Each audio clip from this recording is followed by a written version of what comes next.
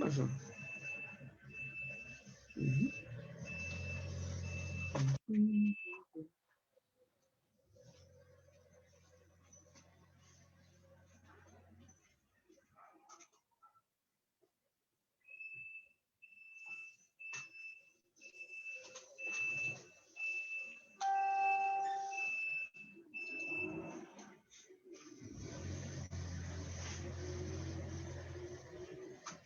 A ver.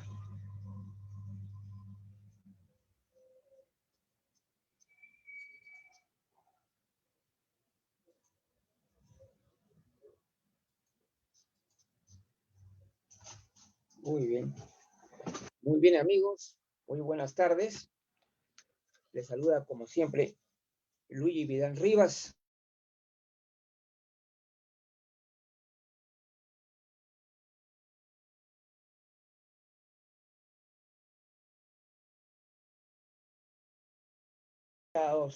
Que están relacionados a nuestros temas gerontológicos, ¿no? Adultos mayores, envejecimiento. Y, y bueno, hoy ya tenemos un programa muy especial, muy importante. Tenemos dos entrevistas internacionales. La primera de ellas con el doctor Pepe Valencia, que es de México, con un tema interesantísimo como es la tanatología y las personas mayores.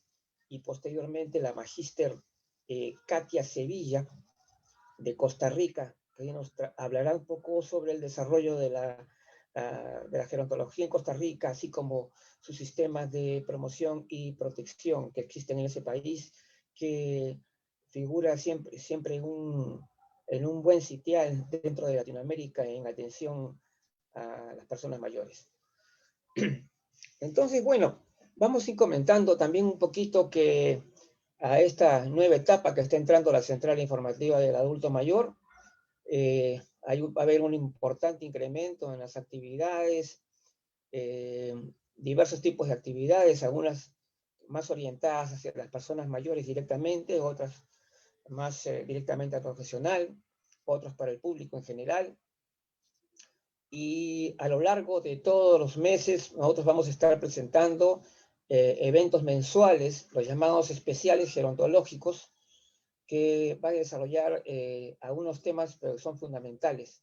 En este caso, el próximo es el primero de estos eventos mencionados, es el 8 de abril, con el envejecimiento hoy, así que no se lo pierdan este evento, porque lo que se trata de este evento es justamente de presentar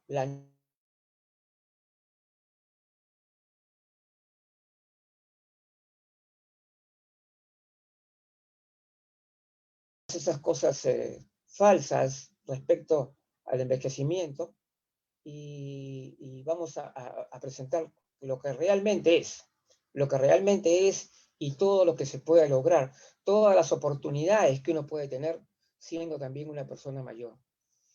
Y, y también tenemos, pero todavía no nos adelantemos, primero, después del 8 de abril ya les comunico un curso, pero muy bueno también, para el mes de mayo, y también ya tenemos proyectado hasta el mes de junio, tenemos cubierto. En cuanto a las tertulias gerontológicas de la red internacional, el próximo 7 de abril tenemos precisamente a la entrevistada de hoy, la magíster Katia Sevilla,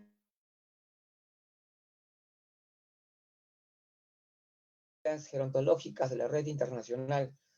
Y también posteriormente, en la siguiente, vamos a tener al representante de Guatemala, la licenciada Xiomara Lynn Triboulier, y y durante la primera quincena de mayo, el doctor Robinson Cuadros, de Colombia. Estamos empezando este nuevo periodo con los países que no participaron el año pasado. Así que estamos empezando por eso con Costa Rica, después sigue Guatemala, después Colombia, luego también va a participar Uruguay, Bolivia, Paraguay, y nuevamente continuamos con los grupos, con los países que están formando parte del grupo de la red internacional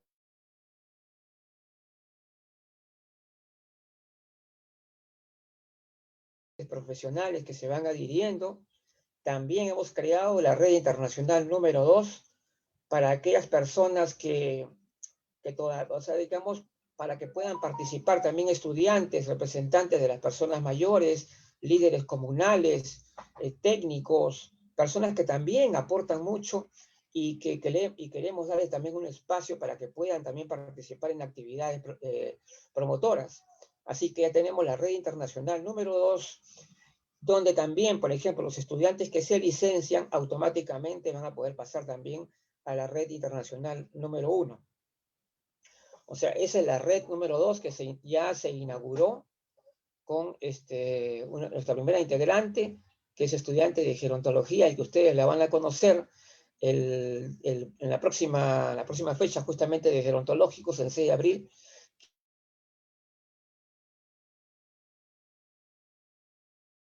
Eric Ángeles. Así que aquí también lo vamos a tener en el programa. A ambos lo vamos a tener en el programa el próximo martes. Bien, entonces,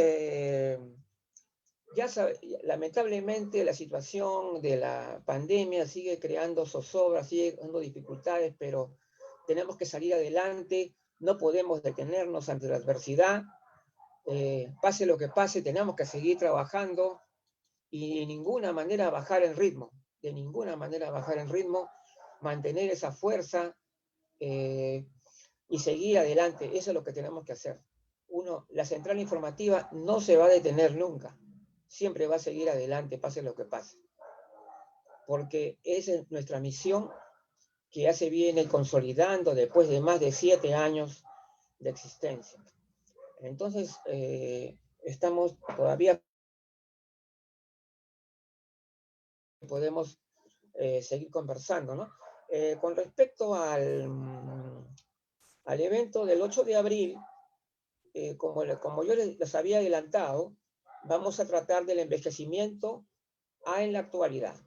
Vamos a actualizar ese concepto, vamos a comenzar también a desmontar ciertos, digamos, prejuicios, errores que se cometen también en la comunicación. Precisamente en lo que me toca a mí va a ser la conferencia Comunicando el Envejecimiento. En esta conferencia es justamente donde yo estoy analizando la forma como se viene dando a conocer lo que es el envejecimiento ante la sociedad y vemos que se cometen una serie de errores y contradicciones que los profesionales no deben permitir. Y también,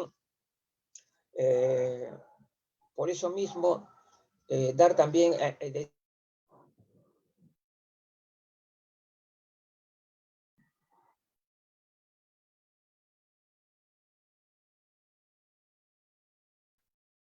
son útiles, son buenos, son convenientes, no, señores. La honestidad intelectual no es no se puede, la mentira nunca va a ser buena. O sea, por más que sea conveniente, como dicen algunos, hay que decir la verdad, ¿no? Entonces, no hay que mentir. La edad de las personas no es cuestión solamente del calendario. Ustedes lo saben. Ustedes saben eso. ¿Mm? Hay otras formas de poder evaluarlo realmente lo que es un envejecimiento. No es solamente el calendario. No, porque eso sí le vamos a decir que la edad es un número. Cuando hablemos del calendario vamos a decir que la edad es un número realmente. Pero cuando hablemos de la realidad, de lo que nosotros podemos hacer, de nuestra funcionalidad, de nuestra salud, ahí vamos a hablar verdaderamente de la edad que tenemos. ¿Correcto? Entonces, por eso es que es importante desmontar mitos y prejuicios y contra eso tenemos que seguir luchando para mejorar la imagen de lo que es el envejecer. El envejecer no es una caída libre, hay posibilidades de seguir avanzando, desarrollándose, aprendiendo cosas nuevas y de hecho muchas personas han obtenido sus mayores logros cuando han sido mayores. Así que dejemos de lado esos prejuicios y vamos adelante. Cuando faltan pocos minutos, ¿qué tal? Allá llegó también nuestro amigo que nunca falta, el psicólogo Juan Campaña, que es el coordinador de psicología de la Central Informativa en Lima. Muy importante la labor de Juan. Ahí está Risa Borja Sotil. ¿Cómo estás, Risa? ¿Cómo estás? Ahí está conectándose con el audio. Sí. Buenas tardes, Luis. ¿Qué tal? ¿Cómo estás?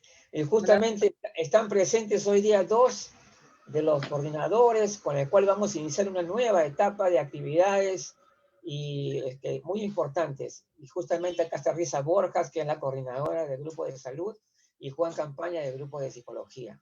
Y vamos y comenzamos a trabajar así, como se dice, no paramos. ¿Por qué? Porque la adversidad, las dificultades no hay razón para que nos detengan. No nos van a poner freno, vamos a seguir adelante. Así que en unos minutos más ya estaremos empezando la entrevista con el doctor Pepe Valencia Rodríguez. Es un muy destacado médico mexicano y gerontólogo a su vez.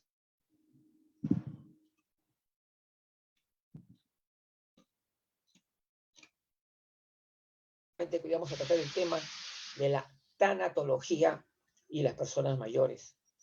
Es un tema que muchas veces queremos evitar. La gente dice, hasta se convierte en una especie de tema tabú, ¿no? O sea, la gente no quiere hablar de la muerte, no quiere hablar de eso, pero es necesario hacerlo. Es necesario también ver ese aspecto, afrontarlo de la mejor manera, y yo creo que aquí vamos a tener a un especialista también como en el doctor Valencia.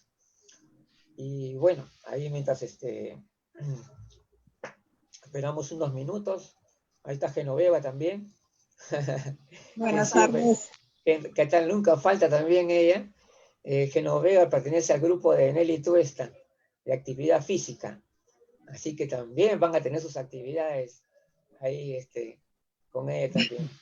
Sí. Buenas tardes a todos. De que todos participen, de que todas las integrantes de la central informativa sientan que son importantes, que no es de que todo lo que hacemos tiene mucha importancia y que cada uno de nosotros es muy importante para consolidarnos y para avanzar. Y la única manera de hacerlo es trabajando en equipo, no hay otra manera. No hay otra manera de hacerlo. No centralizar todo, no. Hay que tratar de darle la iniciativa a los demás, que aporten sus ideas, que digan qué cosa podemos hacer. O sea, no es que va a venir Luigi y le va a decir lo que tienen que hacer. No. También ustedes, de hecho, tienen que poner de sí las ideas, iniciativas, y también colaborar en la parte promocional, en la parte de que nuestras actividades tengan el mayor éxito posible. Entonces,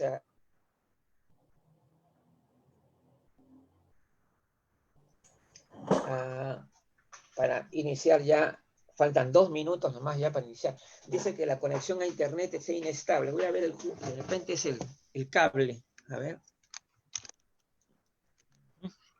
Ya, ahora sí. Vamos a ver. Ya debe estar mejor. Y ahora sí, ya. Sí. Sí, ahora los dispositivos móviles, como las laptops, por ejemplo, de preferencia hay que conectarlos al cable de red,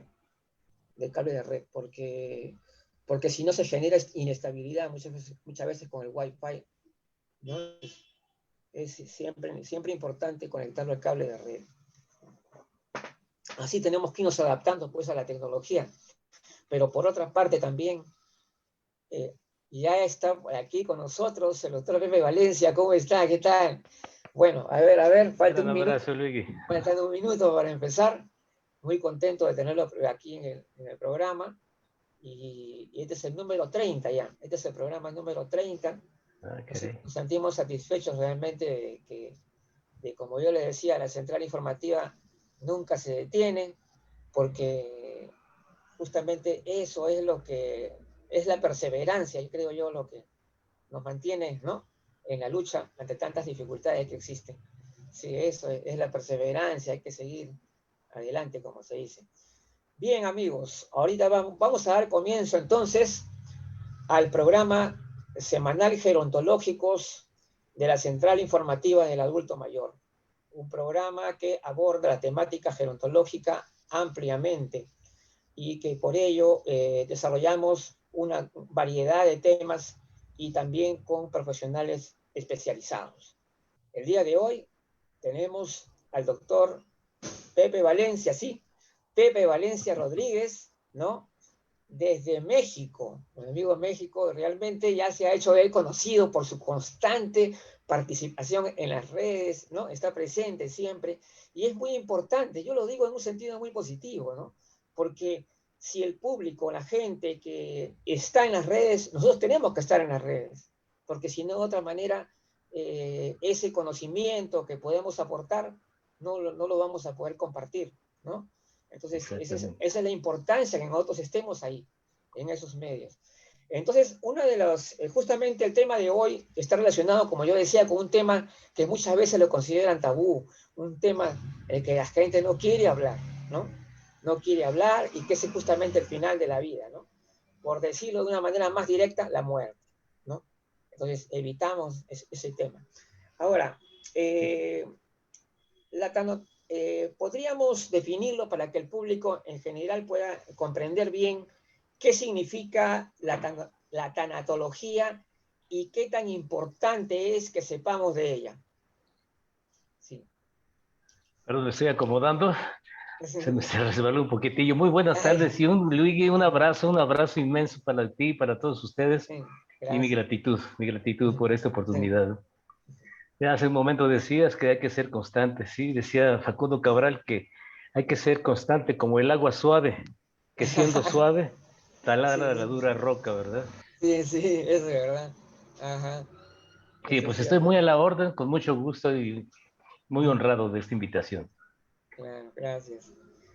Entonces, como yo le decía, para que explique al público en general el tema de qué significa la tanatología y la importancia, sobre todo, de saber sobre tanatología. Pues podría quizá responderlo de una manera hasta histórica, como me tocó a mí aprenderla, ¿verdad? Muy bien, muy bien. La tanatología claro. es una subespecialidad de la psicología que se encarga de facilitar el proceso de muerte, no desde el punto de vista médico, sino desde el punto de vista psicológico, acordando con la familia todo lo conveniente para el paciente que está, para el ser humano que esté en el proceso de muerte.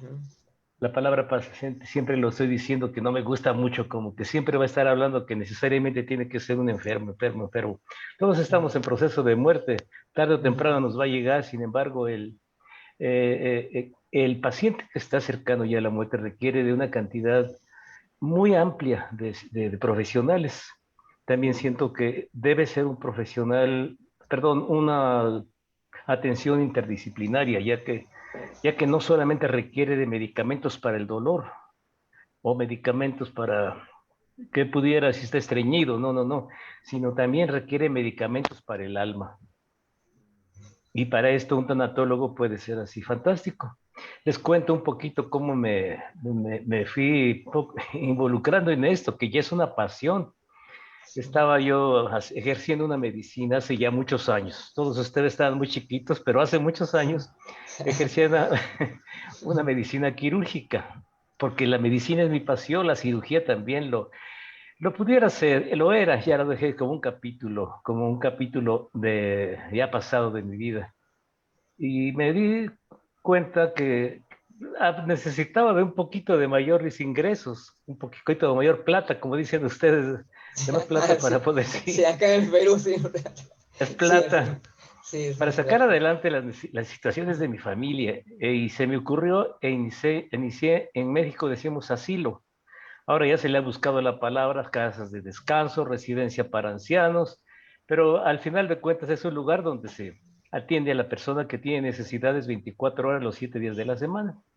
Inicié un centro de este tipo y caray, en 6 meses se llenó.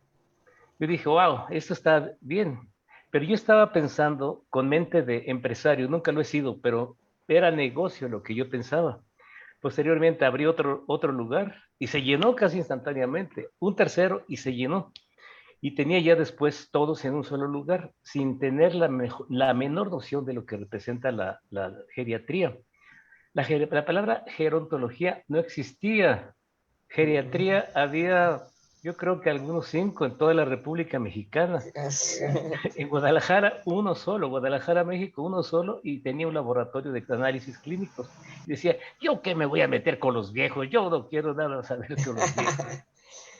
Sí, sí, yo veía ese rechazo. Por ciertas señales que fueron, yo simultáneamente yo estaba practicando ya una carrera quirúrgica, un desempeño ginecostétrico, y la situación económica empezó a mejorar, sin embargo me fueron dadas muchas señales, siempre voy a reconocer esto y lo voy a decir, me fueron dadas muchas señales y me condujeron a pensar. Le dije a mi secretaria, oye, voy a pensar 40 días y 40 noches, algo bíblico, ¿verdad? Para ver por qué está sucediendo estas señales. Bueno, fueron accidentes en los que debí haber muerto. Y me pregunté, bueno, ¿por qué no morí? ¿Por qué estoy bien? Fracturitas, costales, cosillas así, sencillas. Y en ese tiempo me empecé a dar cuenta cuánta necesidad tenían los residentes de mi casa de descanso, de mi ancianato. Ustedes dicen ancianato, me parece, ¿verdad? Y yo los trataba solamente en el expediente. Me da vergüenza decirlo, pero esta es la realidad. La enfermera en jefe me llevaba todos los expedientes y uno a uno los íbamos viendo y me decía, el señor Manuel no está durmiendo bien. Ah, pues aumenta la dosis para que duerma. Ah, el señor Ramón le duele, sigue con dolor, aumentale la dosis o cámbiale de medicamento. Y ya, eso era todo. Posteriores a esos señales, a estos señales que me fueron dadas, decidí dejar la carrera quirúrgica, esa parte que me aportaba bastante dinero, bastante plata, y me dediqué exclusivamente a la atención e investigación en todos los sentidos de la persona mayor. Me di cuenta que no son casos clínicos, que sus enfermedades obedecen a algún problema de su pasado, que estamos atendiéndolos de manera protocolaria. Así, muchos médicos, internistas, incluso geriatras, tratan al paciente don Ramón de una forma, a don Luis de la misma forma, a don Fernando de la misma forma, es decir, estandarizado, como si, aunque tuvieran el mismo padecimiento, están utilizando los mismos medicamentos y el mismo tratamiento porque es más fácil.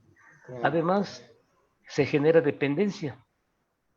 Cuando me eché clavado y estuve viendo los expedientes de cada uno de mis residentes ahí, me sentí muy apenado y dije, esto no puede ser, no puedo estar dando la medicina mientras que estoy desatendiéndolos. Esa es una forma de maltrato a la persona mayor. Entonces, hablé con ellos, hablaba horas con ellos, hablaba con sus familias, hasta que encontraba la razón del problema que estaban viviendo en ese momento.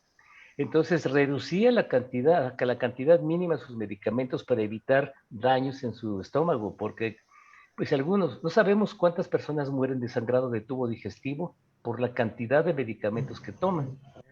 Por lo tanto, empecé a retirar esto, retirar aquello, retirar varias cosas y empecé a ver pues mejoría en su calidad de vida, mejoría en todo. Después liberé el toque de locura que tengo siempre, ¿verdad? Porque hay que tener un toque de locura. Y empecé a hacer festejos y muchas cosas. Toco un poco el acordeón, el piano, la guitarra, y hacíamos fiesta y media. Y empezaba a verlos cómo estaban viviendo con mayor calidad. Después me puse a investigar un poco más acerca de la cultura, cómo fue que nuestras culturas, en México, por ejemplo, la otomí, la mazteca, la maya incluso, cómo era que el viejo, lo digo así, el viejo, el anciano, la persona mayor tenía tanta preponderancia frente a la sociedad, frente a su sociedad. Y me di cuenta, pues, caray, se perdió esto, se está perdiendo, se está haciendo epidémico esto, valga decirlo así, se está perdiendo la presencia de la persona mayor, tanto en su familia como en sus grupos sociales y también en la cultura por demás. Y decidí empezar a escribir algo, agarré un programa de radio por ahí, aunque créeme, Luis, que me moría de temor cuando tenía el micrófono aquí, estaba temblando. Pero tenía un mensaje que necesitaba de compartir con toda la población en general. No había internet en ese tiempo, había televisión, me hacían invitaciones de 7 minutos y de 8 minutos, y que se quería decir todas las cosas en 7 minutos, así hablando lo más posible rápido, ¿verdad? Y poco a poco, como esa gotita de agua que mencionaba hace un momento, se fue difundiendo un concepto diferente de la vejez. Todavía esto no sucede. Tengo 43 años atendiendo personas mayores y la cultura del envejecimiento con calidad. Y me ha conducido también a hacerlo público porque hay algo que debo agradecerte, porque tú estás ayudándome a hacer algo que considero uno de mis 5 compromisos conmigo mismo. El primero es ser feliz. Yo creo que lo soy. Pandemia o no, la pandemia nos ha enseñado y cualquier situación en nuestro alrededor puede ser una lección dura, pero siempre es una lección y aprendemos. Y soy feliz. La segunda, la segunda es aprender todo lo posible. Aprender todo lo posible para cumplir con la tercera. O sea, compartir los conocimientos, como es la oportunidad que me estás brindando, la cual agradezco enormemente, y no morir, sino que no me entierren o me cremen mi cuerpo sin compartir esto que he aprendido, ¿verdad? De parte de mis verdaderos maestros, las personas mayores, mis pacientes.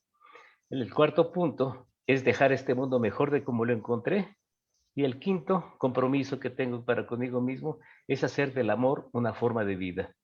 Y menciona la palabra así, amor, porque el amor establece un vínculo poderoso entre todos los que damos y servimos a las personas que nos dan tanto, simplemente con el privilegio de concedernos el atenderlos.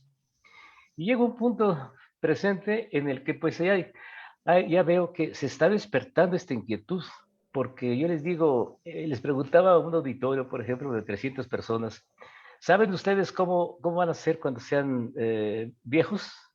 No, todos gritaban, no, no, no. No, no quieren. No, o individualmente, oye, ¿cómo te vas a comportar en tu vejez? De aquí a que me llegue, uh, así me decían. Los niños me respondían, pues una cosa sí no quisiera hacer. ¿Qué? Enfermo. Porque mi abuelita todo el tiempo está enferma, todo el tiempo la están llevando con el doctor, o la plantan frente a la televisión para que vea las novelas, o está tejiendo, y luego mi mamá le deshace todo lo que estuvo tejiendo para que nuevamente lo haga. Es decir, se le daba un trato de tipo infantil, se les consideraba invisibles, pero se considera todavía en muchos escenarios. Lo peor de todo, me di cuenta que la persona acepta que una vez llegada a cierta edad, me parece pues algo no congruente el hecho de que se establezca que la edad es lo que determina la vejez o no. Pero vamos, llegando a los 40, 50, 60 años, muchas cosas deben ir perdiendo imagen frente a su familia, frente a la sociedad que los envuelve y frente a sí mismos, finalmente, frente a sí mismos. Y así nace la invisibilidad de la persona mayor frente a todos. Y ahí me tienes trabajando, buscando, haciendo, echándome viajes los que me pagaban 200 pesos para que llenara el tanque de mi carro de gasolina, viajando, wow, lejos, ¿verdad? Pero decía, debo hacerlo. Tú me entiendes perfectamente. Si no me entendieras, no estarías aquí, no estaremos aquí, Luigi. Sí, tú estás más pollito que yo, definitivamente. Sin embargo, pues tienes esa inquietud que aplaudo tanto. Sí, también te veo ahí en todos los escenarios, promoviendo también este mensaje que es tan necesario para la población en general, porque tienen temor a envejecer. Tienen temor, pero enseguida de esto, la muerte. Tuve yo un shock muy importante porque yo estaba haciendo ginecobstetricia, es decir, era herramienta para traer niños al mundo. Y ahora estoy siendo una herramienta para despedir niños no tan jóvenes de esta vida. Vamos, me parece muy interesante ese tipo de analogía, ese tipo de comparación, vamos, y ese tipo de función. Aquella parte pues está ahí muy emocionante porque es un maravilloso drama cuando esperas el nacimiento de un bebé, checándole a la madre sus contracciones, dándote cuenta de que puedes empoderarla para que se sienta la que lleva las riendas del parto o del proceso de dar a luz a un bebé y naturalmente recibir al bebé. Ahora, hago una comparación, una analogía que también está relacionada con el amor, por lo que hacemos. Pero tuve, como les decía en un momento, tuve un shock. La primera persona que falleció, que tenía ahí en mi casa de ancianos, en mi asilo, yo no podía aceptarlo. ¿Cómo? Si yo soy bueno, soy buen médico, o me consideraba buen médico, o me decían que era buen médico, y se murió, y murió.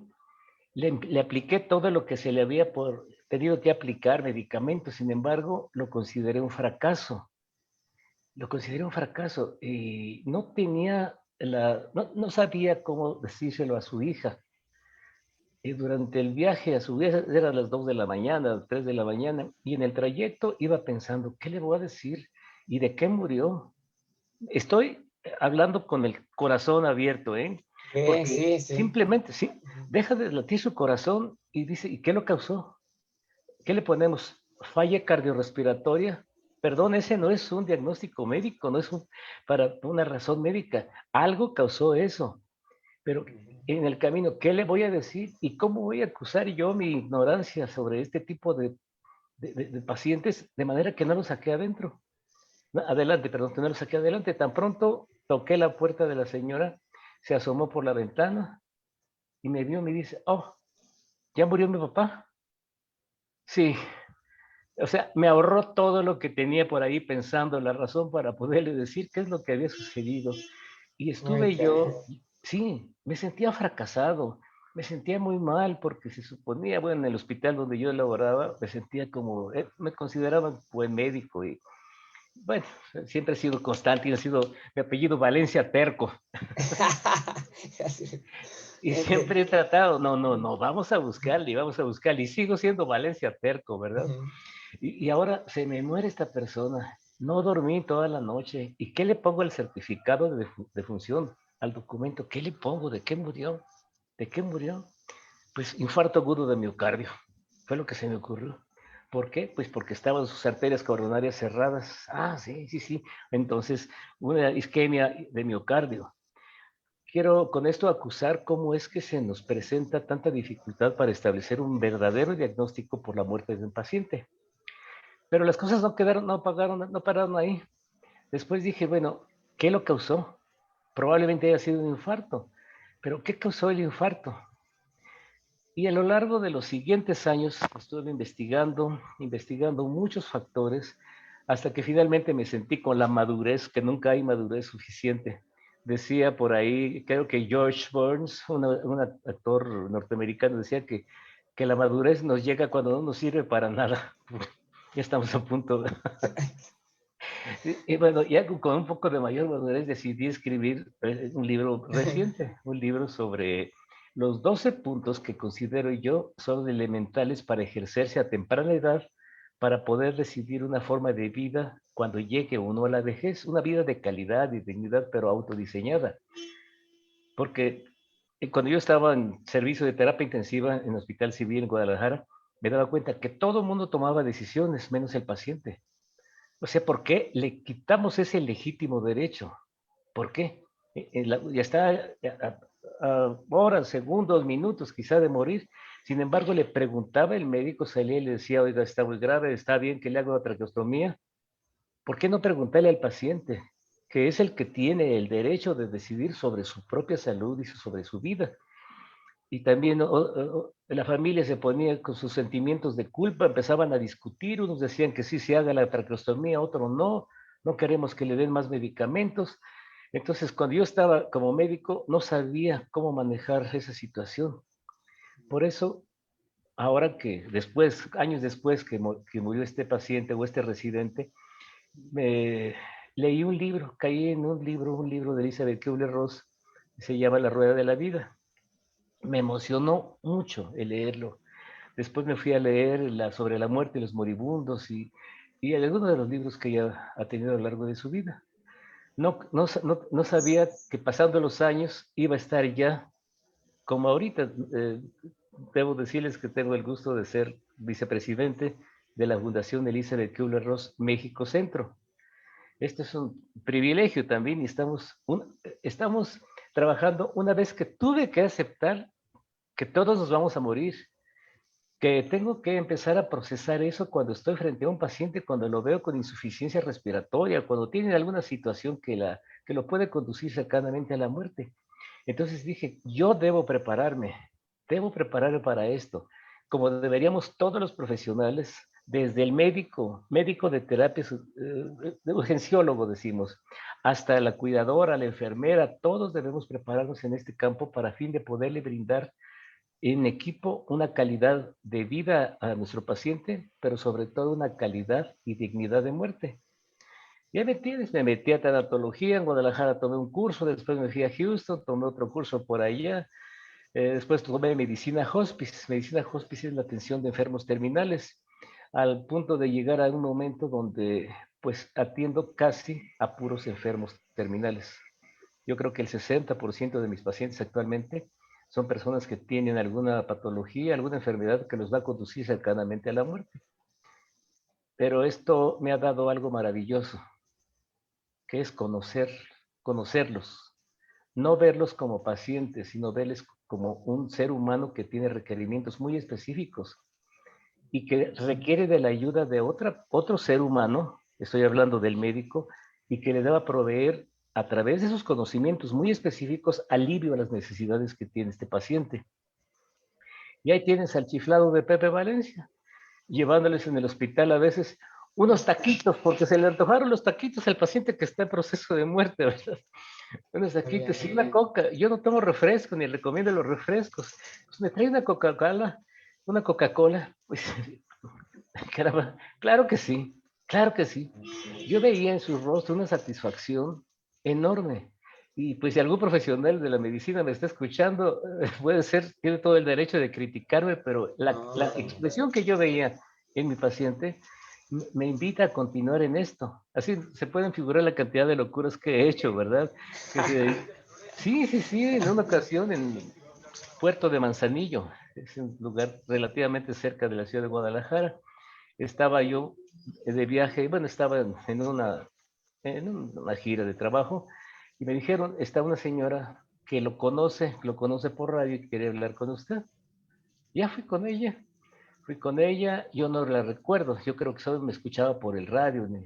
El hecho es que cuando estuve con ella me abrazó y me dijo, bendito sea Dios que vino, doctor, cómo le agradezco, ¿verdad? Pues aquí tiene, yo les digo, aquí me tiene pedazo de mi vida, ¿qué quiere que hagamos? Doctor, estoy a punto de morir y yo quiero morir frente al mar. ¿Me puede usted hacer ese favor? Wow. En un hospital donde no me conocían, en una ciudad donde era poco conocido, ¿verdad? Entonces, permítame tantito. Fui a hablar con el jefe del servicio y me dijo, yo no sé, hable con el director del hospital. Fui con el director del hospital y dice, ¿qué piensa? ¿Llevársela en una camioneta y llevarla frente al mar? ¿En una ambulancia? ¿Por qué no en la ambulancia? Hablamos mucho, pero quizás no suficiente. 15, 20 minutos y me dijo, está bien, doctor, solamente usted debe hacerse cargo de aquí en adelante desde el punto de vista médico. Encantado, con todo gusto. El corazón se me salía del pecho. Sentí una emoción, sentía todo mi cuerpo inundado de electricidad porque me fui atrás, aparte de la mareada que me pegué, porque si ustedes han subido a una ambulancia, el subirse atrás se ponen unas mareadas terribles, ¿verdad? Pero le iba tomando su mano y ella lo único que hacía era sonreírme y no dejarme de ver. Estaba con su mirada hacia mí. Llegamos a la playa, a la audiencia, se llama la audiencia esta playa, no se me olvida. Bajamos la camilla, la colocamos, era las 5 de la tarde, no era tanto. ¿Qué pedacito de mi vida? ¿Qué más quiere? ¿Qué tal una cervecita, doctor? Tráigale una cervecita a la señora, con todo gusto, ¿verdad?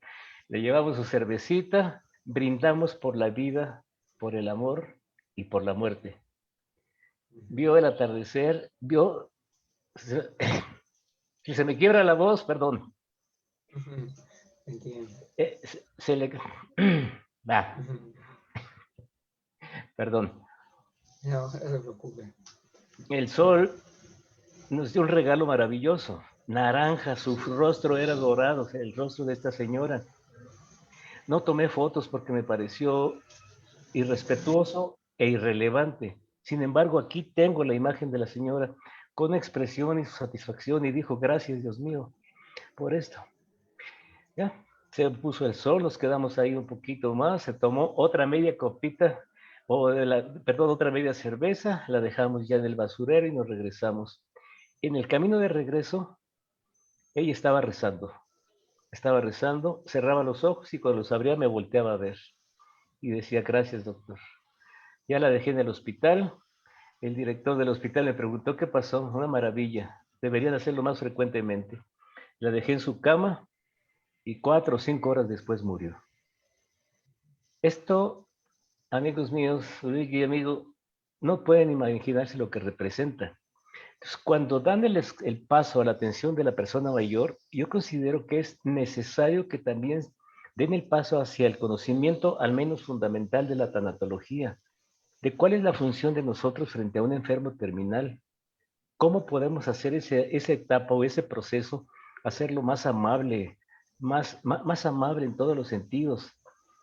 Dicen que, lo digo en muchas ocasiones, que cuando las personas están cerca de la muerte o que sufren algún accidente, ven pasar por encima, frente a ellos, la historia de su vida. Yo creo que no, yo creo, más bien tengo la convicción de que no. Lo que pasa frente a ellos es lo que no hicieron en su vida, especialmente el pedir perdón y el recibir perdón. Por eso es tan importante la tanatología, porque si en la medida que no la practiquemos con nuestros pacientes, que llegan a ser nuestro objeto de amor, nuestro vínculo, como lo decía desde un principio, van a tener una muerte con agonía. Y yo por ninguna razón permito que un paciente cercano a mí, es decir, a quien esté atendiendo, muera con dolor o en soledad. Es uno de los principios que Elizabeth Kubler-Ross estableció. Pero luego estoy hable y no te doy chance de que Bueno, que realmente el dolor es imposible no escucharte, realmente, sí. Realmente es. Bueno, lo único que podemos decir más que nada que efectivamente hay personas que se preparan, ¿no? De alguna manera ante la inminencia de la muerte, ¿no? Y otras sí, personas más bien que no se preparan. Y podría haber ahí una diferencia marcada en cuanto a lo que va a representar la muerte, ¿no? Y, así es. y ahora la situación específica por la cual estamos viviendo, en que las personas fallecen en esta época de la pandemia, complica mucho más las cosas. ¿Es así? Absolutamente. No pueden despedirse. Ujú. Afortunadamente, hay un sentido humano en enfermeras o en médicos y permiten que se pueda comunicar y despedir a través de un teléfono celular. Y esto causa un alivio valiosísimo para ambas partes. Hace 3 semanas murió un compadre mío muy querido y tengo todavía los videos que él se grabó despidiéndose de los hijos, pero también tuvieron la oportunidad de platicar. Pero esas son excepciones. ¿Qué de los que no tienen esto? Es cuando me preguntan, ¿cómo me puedo preparar yo para morir si es que pudiera tener una muerte súbita? No es, en la medida que nosotros aceptemos nuestra mortalidad, vamos a vivir mejor, vamos a vivir más vivos. Me gusta decir esto. En la medida que aceptemos nuestra mortalidad, vamos a morir, desde luego, pero vamos a morir vivos, disfrutando de cada situación de nuestro día, de todos los días que sucedan. Uh, y todas las cosas que nos sucedan en nuestro cada día. Apreciar un, un buen té, apreciar lo que vemos en la calle, el caminar, el amanecer, el atardecer, por favor, con esta paciente de allá que les digo murió frente de un atardecer precioso. Y en la medida que aceptemos esto, vamos a ser más capacitados para vivir vivos, pero el miedo no se quita. Todavía existe temor. Y cuando hago la pregunta, ¿tienes temor a morir? Me encuentro en la respuesta, sí. porque no sé qué hay del otro lado, no sé qué sigue. ¿Y qué tal si tengo dolor? ¿Y qué tal si tengo esto? ¿Y qué tal? Por esto considero que es necesario, no solamente entre los profesionales de la salud que atendemos, que tenemos el privilegio de atender a las personas mayores, sino a la población en general, difundir el conocimiento de que necesitamos de alguien además de un doctor. Ahora, con mucho respeto a mis colegas y también a la medicina que represento, porque me apasiona a mí la medicina, debo decir que no estamos capacitados los médicos para dar malas noticias. No sabemos nada de nutrición. Al terminar la carrera, pues ya tenemos nuestro título. Y de ahí en adelante, ¿qué sigue? Pues a trabajar. Y muchas situaciones se van presentando. Y cuando muere nuestro primer paciente, decimos, fue un fracaso. No, no es un fracaso. Somos herramientas. Nosotros somos herramientas. No existen tampoco coincidencias. Y cuando eso sucede, pues es que era el momento de morir y nos permitió el privilegio de estar con él. Pero bueno, la familia tiene que tener el conocimiento de que no es el doctor solamente el que va a aliviar el dolor del paciente, porque el dolor puede ser mucho más intenso el dolor emocional que el dolor físico. De manera que puede llevar ahí la morfina, puedo ponerle su inyección, su comprimido de morfina o del analgésico sea, pero ¿qué pasa con el dolor emocional? ¿Cómo lo debo atender? Entonces, como médicos que atendemos enfermos terminales, debemos conocer también el proceso desde el punto de vista psicológico, emocional y personalizado. Naturalmente, conocer todo lo que representa la farmacopea, la medicina o los medicamentos que utilizamos para calmar su dolor.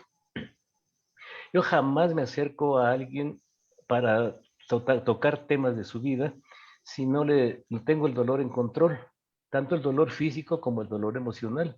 Tengo muchos años que no utilizo reloj y le hago ver que el tiempo no es relevante.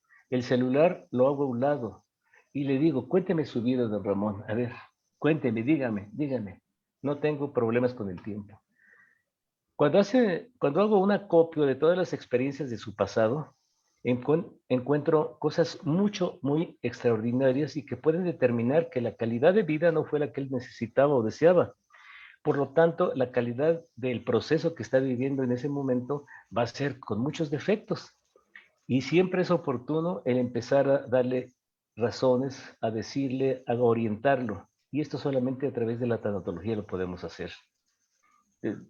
Si te tienen por ahí, cercadamente creo que vamos a presentar un diplomado sobre tanatología en creo que Instituto Latinoamericano de Tanatología, quizá la conozcas, a Charo Rosas. Sí, no se le recomiendo mucho, va a estar muy interesante. Y no es solamente para profesionales de la salud. Pero vamos, volviendo al tema, sí es importante que conozcamos todos los profesionales, pero también las personas sepan que existe la alternativa, la población en general, que sepa que existe la alternativa psicológica, tanatológica para decirle, todo va a estar bien, vamos hablando, platícame tus temores, cuéntame, comparte conmigo todo aquello que te preocupa, todo aquello que te altera, y se puede hacer una cosa maravillosa, y la muerte del paciente, la muerte de ese ser humano, es tan tranquila, tan llena de paz, que pues en lo personal me hace sentir muy feliz verlo que sin dolor, con compañía y también habiendo recibido el perdón de aquellos a los que cree que lastimó y perdonando a aquellos que creen que fueron lastimados por él.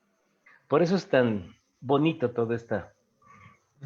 Hago una pausa y adelante, por favor. Sí, bueno, estamos muy cerca ya del terminar nuestro primer bloque, la entrevista, pero la pregunta final sería, bueno, la controversia que hay ahora, que se ha aprobado, por ejemplo, en España, la eutanasia, ¿no? ¿Y qué se puede decir sobre esto?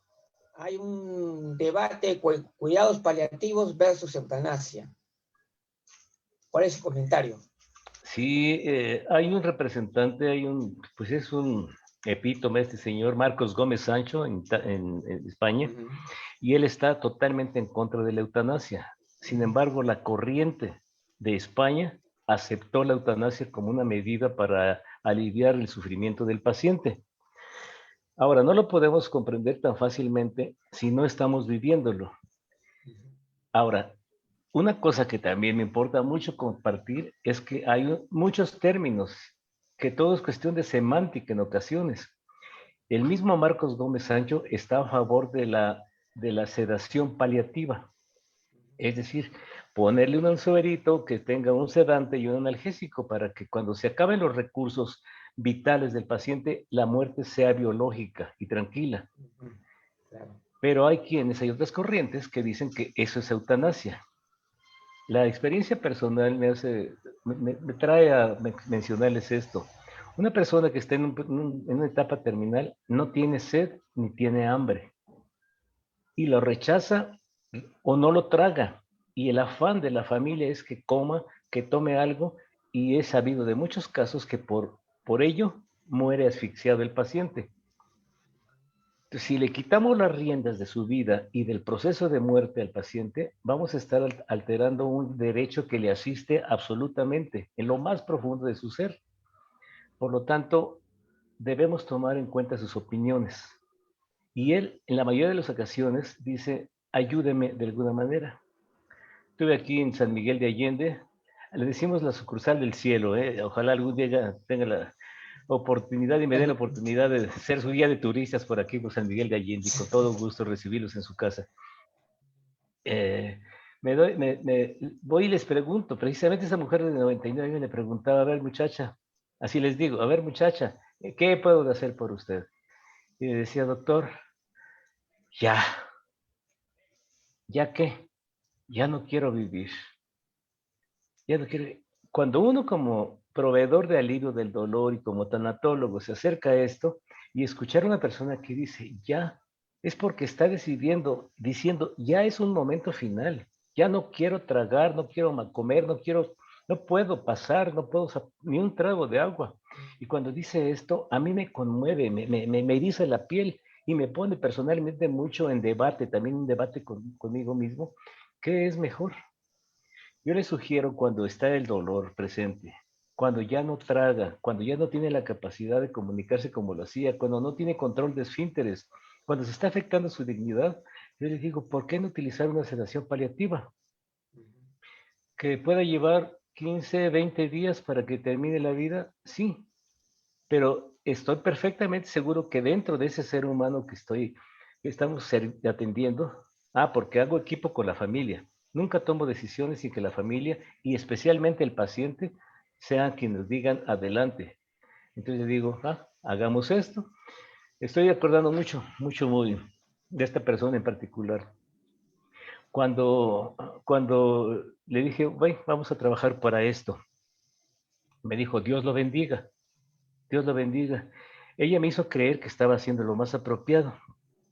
Pasaron algo así como 2 semanas y finalmente su corazón se detuvo. La pregunta ¿es eutanasia?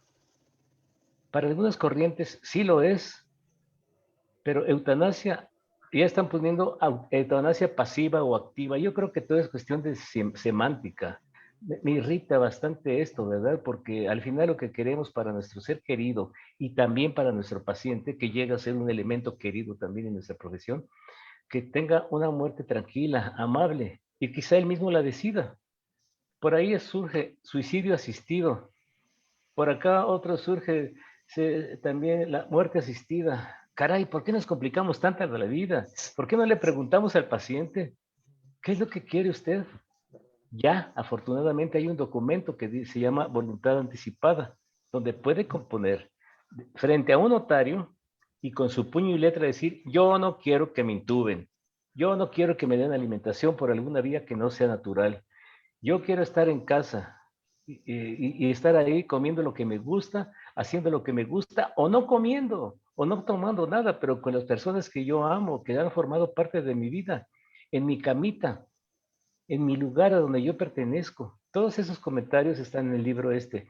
Ya estoy sonando como, vendo libro barato, ¿verdad? Como haciendo publicidad para mi libro, ¿verdad? Pero no es el caso. Es que lo he presenciado, son muchos años de estar en esto y considero que es mi compromiso el compartirlo con la mayor cantidad de personas para que se pongan a pensar y digan, les voy a legar esta responsabilidad a mis hijos, que ellos tomen la decisión de darme sedación paliativa o que me voy al extremo de que me practiquen eutanasia o de que me metan en una sala de terapia intensiva o que me tengan en mi casa, ahí tomándome mi, ¿qué es lo que toman ustedes? ¿Prisco? Pisco, claro, pisco. Es la bebida. Aguardiente o tequila o ron o lo que sea, pero que él conserve hasta el final de su vida las riendas de la misma, con la calidad que merece todo ser humano. Y así yo soy muy partícipe de todo ello, y aunque tengo que visitar en ocasiones hasta varias veces al día a una persona que está en su proceso, hacemos fiesta, hacemos fiesta. Yo no le pregunto cómo está, jamás hago esa pregunta, sino le digo, gloriosa expresión tiene usted, ¿por qué se siente tan feliz? Doctor, porque estoy a punto de descansar. Créanlo, así me lo dicen, así me lo dicen. No sé si estoy interrumpiendo la pausa o qué, Luigi. No, está bien. No, ¿Seguimos? Sí, claro. ¿Perdón? Sí, está bien. Un par de minutos ya, porque si no también tiene que entrar ya nuestra segunda invitada. Ok, me estoy robando ese tiempo, ¿verdad? Pero yo siempre tomo en cuenta la opinión de persona. Cuando asisto, hablo con la familia. Bueno, primero establezco un diagnóstico del paciente y después le digo, cuente usted conmigo a plenitud. Y luego también me voy con la familia y con toda la familia empiezo a trabajar, a platicar, a llegar a puntos de acuerdo y hago esa unión otra vez con la palabra que me encanta. Establecemos un vínculo, establecemos un equipo para todos ir a llegar a su ser querido que esté en el proceso. Y no se pueden ustedes imaginar la muerte tan gloriosa que tienen esas personas. Cuando digo muerte gloriosa, dicen, ¿muerte? ¡Wow! ¡Qué terrible! Y gloriosa, ¡wow! ¡Qué contradicción! Pero el momento que cuando lo ven sin dolor y sin angustia y sin sufrimiento de ningún tipo, ya armónico, equilibrado sus sentimientos, perdonado y habiendo perdonado, se van tan tranquilos, tan armónicos, que dice, eso lo quiero yo también para mí. Ajá, excelente, excelente. Bien, bueno, agradecerle infinitamente realmente su presencia, doctor Pepe Valencia, realmente lo que nos ha comunicado hoy día, en cierta forma también, sobre todo testimonial, ¿no? Ha sido muy importante, yo creo que para todos ha sido muy valioso, sobre todo para reflexionar sobre este tema de que no podemos dejar de lado de ninguna manera, el que debemos tener que afrontar, y yo creo que ha dado una excelente exposición realmente sobre ello. Muchas gracias a usted por su presencia acá, le reiteramos. Y bueno, y pasamos al segundo bloque del programa con la presencia de la magíster Katia Sevilla. Ella es trabajadora social con magíster en gerontología, ¿correcto? ¿Sí? Correcto. Me despido, sí. los dejo. Aunque me voy a quedar, ¿eh? Claro que sí. Está bien, voy a sacar cámara y micrófono. Mil Ya gracias, viene. Luigi. Un fraternal abrazo hasta Gracias a donde usted, hasta gracias a ustedes. usted. Entonces, la magíster Katia Sevilla, ella viene de Costa Rica. Así que, y Costa Rica, para muchas personas que no saben, es uno de los países más importantes, según el trabajo que hizo la HealthPage Internacional, uno de los 10 países de Latinoamérica que se considera que tiene una mejor atención para las personas mayores. Y hoy día, por eso vamos a recibir el testimonio justamente de su representante, ¿no? Y bueno, vamos a empezar entonces con la pregunta, ¿cómo está, digamos, diseñado en Costa Rica el sistema de promoción y protección de las personas mayores? Muchas gracias, don Luigi, por la invitación. Un saludo para todos los que nos están acompañando hoy. Muy honrada de estar aquí con ustedes en esta tarde. A don Pepe, un cariñosísimo saludo, querido amigo. Me encantó y aprendí muchísimo con todo lo que nos contaste ahora. Entrando en materia con respecto a cómo está organizado el sistema de cuidados de Costa Rica, en realidad lo que tenemos es una serie de elementos que hasta ahora vamos a empezar a organizar y a articular entre ellos. Entonces, tenemos políticas, tenemos leyes, somos el segundo país a nivel del mundo que firmó la Convención Interamericana de los Derechos de los Mayores. Esto se transformó en una ley de la República. Y hay iniciativas que han sido muy dispares. En mi país, una de las características que más me ha asombrado siempre, y no porque sea costarricense, sino desde la perspectiva más objetiva como gerontóloga, es que es muy previsor, ¿verdad? Tiene una visión como de largo plazo y se adelanta a los eventos con alguna premura. Entonces tenemos algunas políticas y algunas leyes que se gestaron muy temprano. Costa Rica es un país que está, según el BID, en el tercer bloque de vejez, ¿verdad? A nivel mundial. Entonces, teníamos por allí un bono demográfico que ya se nos venció, por cierto. Estamos viendo a ver si podemos aprovechar un segundo cachito de bono que nos queda por allí para ver si podemos acelerar un poco las cosas. Obviamente, pandemia nos detuvo muchísimo, nos desaceleró, pero tratamos de retomar como país, entonces la tecnología nos está apoyando. ¿Cómo lo organizamos? Lo organizamos de la siguiente manera. Tenemos una ley, la ley 7935, que es la ley que regula o protege a las personas adultas mayores en Costa Rica, que es la ley de atención integral para la persona adulta mayor. En ella, a nuestro Poder Ejecutivo se le dicta todo lo que es las tareas, ¿verdad? Entonces, ¿qué tareas tiene el Ministerio de Trabajo con relación a el trabajo para las personas adultas mayores? ¿Qué tareas tiene el Ministerio de Salud con relación a las políticas de salud, con relación a las personas mayores? Y así sucesivamente. Algunas de las instituciones del Ejecutivo corrieron mucho, han avanzado muchísimo en la materia, otras están un poquito más rezagadas, ¿verdad? Y esto tiene que ver también porque las instituciones del Ejecutivo no están únicamente enfocadas al tema de adulto mayor. Y empezamos muy temprano. La ley nuestra es de los 90, ¿verdad? Del 99, que más o menos es como la época en que toda la región centroamericana tuvimos este lanzamiento de las políticas o de las leyes para adultos mayores. Y la volvimos a revisar hace poquito, hace como unos 3, 4 años, vimos que había que hacer algunos ajustes.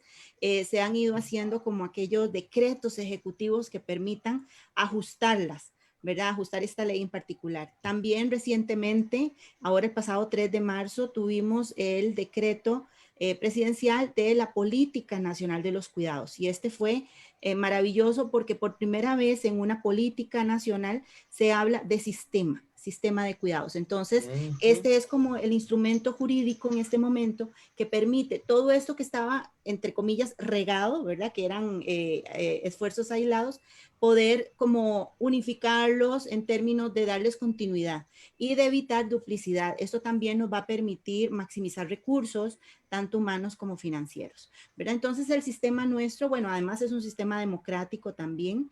Ahorita tenemos a nivel nacional también un sistema de registro único de beneficiarios y tenemos un expediente digital para todas las personas costarricenses, bueno, todas las personas que estamos en Costa Rica, no solo los ticos, que es del sistema de salud. Entonces, estos dos instrumentos, junto con las estadísticas del Instituto Nacional de Estadística y Censos, de alguna manera nos permiten a los profesionales, ya sea que estemos insertos en instituciones dentro del Estado o fuera del Estado. Por ejemplo, yo trabajo en el tercer sector, trabajo con una organización de la sociedad civil organizada, valga la redundancia, y nos permite hacer uso de las estadísticas precisamente para poder visualizar no solo espacios de oportunidad para contribución de parte de las labores institucionales, sino también en materia de dónde está la mayor demanda, por ejemplo, dónde están más concentradas las personas adultas mayores a nivel de territorio, dónde está la situación socioeconómica más concentrada, entre qué rangos o qué parámetros para precisamente darles este soporte que necesiten, etcétera. Entonces, en realidad sí tenemos algunos instrumentos, pero el sistema hasta ahora con la Política Nacional de Cuidados es que realmente vamos a poder contar con un sistema, como la palabra lo dice, un sistema nacional. Perfecto. Ahora, ¿cómo está la gerontología, por ejemplo, ¿no? Está desarrollada como especialidad en Costa Rica, ¿no es cierto? Solamente como especialidad, ¿tengo entendido o no? No, la gerontología está desarrollada como un posgrado, ¿verdad? Entonces es otra carrera universitaria. Claro, como una especialidad, de posgrado, como un posgrado. Para nosotros Perfecto. una especialidad está, la visualizamos como, por ejemplo, mi carrera base es trabajo social. Entonces, si dentro de la carrera de trabajo social, dentro de la universidad, hubiese gerontología para trabajo social, entonces esa sería mi especialidad. Pero en este momento yo no tengo esa especialidad. Yo soy trabajadora social por un lado, soy gerontóloga por otro lado y soy profesora, soy maestra. Yo tengo otra carrera que es ser docente. Yo soy formadora, soy profesora de universidad. Entonces, está a nivel de posgrado. No tenemos pregrado, que sería el bachillerato universitario. No tenemos el grado, que sería la licenciatura universitaria, como para decir que tenemos bachiller en gerontología y licenciatura en gerontología. Lo que tenemos es el posgrado en gerontología. Y tenemos ahorita el Marco Nacional de Cualificación Técnica. Costa Rica estaba desde el 2005 tratando de entrar a la Organización Mundial de la Economía Europea, a la OCDE, y mucho de lo que nos exigieron dentro de los requisitos era que teníamos que afinar la formación técnica. Entonces, cuando empezamos a trabajar sobre eso como país, liderados por un instituto que pertenece al Ejecutivo también, que es de formación técnica específicamente, se crea el Marco Nacional de Cualificación. Y justo ahora el 28 de febrero el 26 de febrero de este año, la señora ministra de Educación firmó y decretó ya como asunto de ley la formación técnica para las personas cuidadoras de personas adultas mayores en el país. Perfecto. Ahora, ¿se podría decir que existe una política preventiva ante el envejecimiento? Porque lo que yo puedo contemplar que ocurre en varios países es que se hacen políticas asistencialistas, digamos, ¿no? Para proteger a las personas mayores, pero no hay una política preventiva, por decirlo así. O sea, no hay una política que ayuda a prevenir que la vulnerabilidad, por decirlo de alguna forma, ¿no? O sea, no hay una prevención de la vulnerabilidad. En la gran mayoría de países yo diría que existe eso y están solamente, o de repente tienen la ley, por ejemplo, ¿no? O sea, por eso yo digo, a veces hay el vicio del asistencialismo y legalismo. O sea, creer que todo lo solucionas con la ley, o bien el asistencialismo que no entiende que el envejecimiento es un proceso y que por lo tanto en ese proceso, que no empieza a los 60 años, sino mucho antes, entonces no previenen, ¿no? Como país tenemos dos herramientas. La primera se empieza en el año 2016, es la Estrategia de Envejecimiento Saludable con enfoque de curso de vida. Esta fue liderada por el Ministerio de Salud, precisamente porque se detecta que nuestro rango de edad media de vida de los costarricenses, aunque tenemos la zona azul en Nicoya, que es la más grande del mundo, es una de las 5 zonas, pero es la más grandota, nosotros tenemos una tendencia a la longevidad, ¿verdad? Entonces, la edad promedio de los costarricenses al nacer está en 82.4 más o menos para las mujeres y alrededor de los 78, 80 años para los varones, ¿verdad? Tiene que ver mucho con el avance tecnológico en salud, la detección temprana, que tenemos un sistema de seguridad social universal.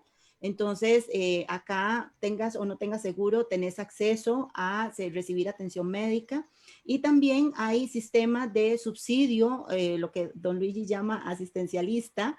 Pues aquí tenemos de los dos, tenemos asistencia social y tenemos asistencialismo, ¿verdad? Eso no nos vamos a escapar, creo que claro, es no, pero está bien, claro. Y entonces, dentro del sistema tenemos también prevención y promoción de la salud, directamente desde lo que es la Caja Costarricense de Seguro Social.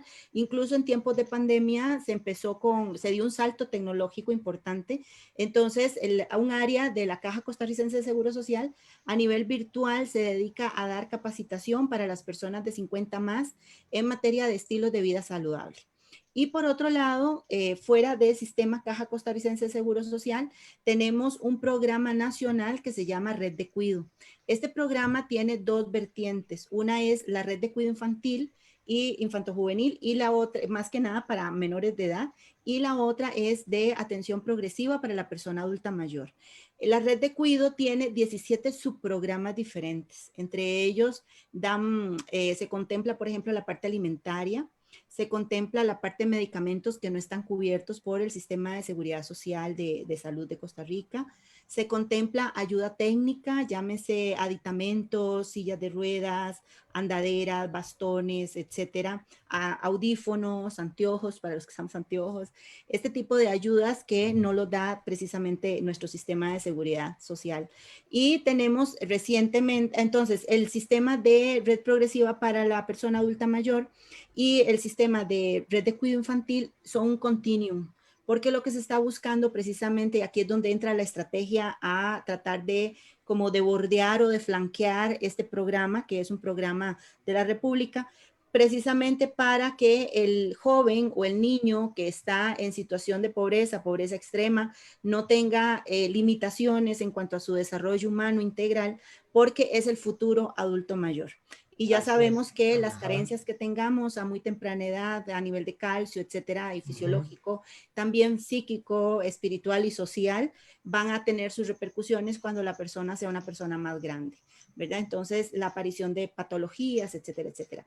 También la estrategia de envejecimiento saludable es una estrategia de longitudinal, precisamente porque en este promedio de edades que les contaba, descubrieron que vivimos alrededor, las mujeres, vivimos alrededor de los 10 últimos años de nuestra vida promedio con un pésimo estado integral de salud, ¿verdad? Con altísimas dependencias, etcétera, etcétera. Y los varones viven con alrededor de más o menos 10 años también con salud integral muy afectada y con altas dependencias. Entonces, esto es como un círculo vicioso, ¿verdad? Donde la dependencia se instala y entonces los costes de atención para calidad de vida se disparan. No estoy diciendo que todo tenga que verse en función macroeconómica, Claro, pero la realidad del caso es que si teníamos una cantidad de, por ejemplo, voy a decir un número así de ejemplo, si teníamos $10 para vivir, ¿verdad? Tratando de unificar monedas, si tuviéramos $10 para vivir en una semana, ya no son, los $10 no nos van a alcanzar, porque si necesitamos algún medicamento adicional o necesitamos alguna leche especial o tenemos soledad no deseada y necesitamos contratar una persona que nos acompañe, ¿de dónde sacamos estos otros rubros financieros, verdad? Entonces, lo que se está buscando es precisamente en esa línea que usted preguntaba, don Luigi, tratar de tener prevención y promoción para poder tener realmente lo que se llama un envejecimiento exitoso. En este momento estamos trabajando, porque OIFA forma parte, Orientación Integral para la Familia, que es la organización con la que yo trabajo, forma parte del Ministerio de Salud, y estamos trabajando ya en la segunda parte, o la actualización, mejor dicho, de la estrategia de envejecimiento saludable, que está muy alineada al envejecimiento saludable que programó la Organización Mundial de la Salud y la ONU, ¿verdad? Entonces, en ese sentido es que vamos trabajando. Y la ley, la última herramienta que tenemos al respecto es precisamente la ley, la política de cuidados. Esta política, dentro de todo lo que ella nos dice, nos dicta que tenemos que tener ciudades amigables, que tenemos que tener oportunidades laborales para los mayores, que tiene que haber oportunidades para el desarrollo integral de las personas. Esto habla de educación, por ejemplo, cosas que ya estaban contempladas dentro de la ley 7935, algunas que se habían podido ejecutar, pero otras no se habían podido ejecutar. Y la ley 7935 es la ley integral de la persona adulta mayor, que es de 1999, ¿verdad? Entonces, por eso les contaba al principio que estamos apenas como, o sea, que empezamos como con mucha cosa, que podíamos tener herramientas, pero no estaban todas alineadas. Ahorita sí se están alineando. Excelente. Ahora, con respecto, por ejemplo, a la inclusión en el mundo digital, ¿no? Las personas mayores en muchos países que no tienen buena conectividad, lamentablemente son pocos, o sea, son una minoría de repente. Pero ¿cómo se ha avanzado en eso en Costa Rica? El nivel promedio educacional de las personas mayores, ¿cómo es en Costa Rica? Sí. Nosotros a nivel de escolaridad, a nivel de escolaridad formal, lo que sería primaria, por ejemplo, vamos a encontrar que los mayores octogenarios en su mayoría fueron a primer grado de escuela, primero o segundo grado de escuela. Es lo que llamamos que están alfabetizados. Ajá, entonces, por lo menos saben firmar, saben poner su nombre, algunos saben leer, saben hacer las operaciones básicas, suma, resta, ¿verdad? Pero no fue más allá. ¿Por qué? Porque la historia de desarrollo social de Costa Rica era un país de monocultivo, ¿verdad? Entonces dependíamos mucho del café, por ejemplo, y no como hasta más o menos los finales de los 80, principios de los 90, que tenemos una reforma estructural y que entonces hay cambios en la estructura de mercado interna para poder mantenernos a flote en mercado externo. Entonces, la escolaridad de los octogenarios y los nonagenarios sí es relativamente primaria, ¿verdad? Muy básica. Yeah. La de los septuagenarios, los señores de 70s, 60s, ya empieza a tener un nivel más alto de escolaridad, ¿verdad? Claro. Incluso encontramos maestras de escuela primaria o docentes de escuela primaria que no salieron de una universidad, sino que salieron de una escuela de formación que se llamaba escuela normal para formar maestras, ¿verdad? Y precisamente tiene que ver con esta evolución histórica de mi país. Con respecto a la tecnología, sí tenemos una brecha importante, creo que estamos casi que al mismo nivel de la región, a pesar de que se hacen esfuerzos importantes.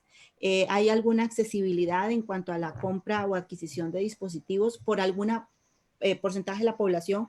En este momento yo no lo preciso, pero sí hay un grueso de población que tiene capacidad económica baja, ¿verdad? Y entonces Claro. una capacidad económica baja no les alcanza para pagar un operador o un teleoperador que le dote del servicio.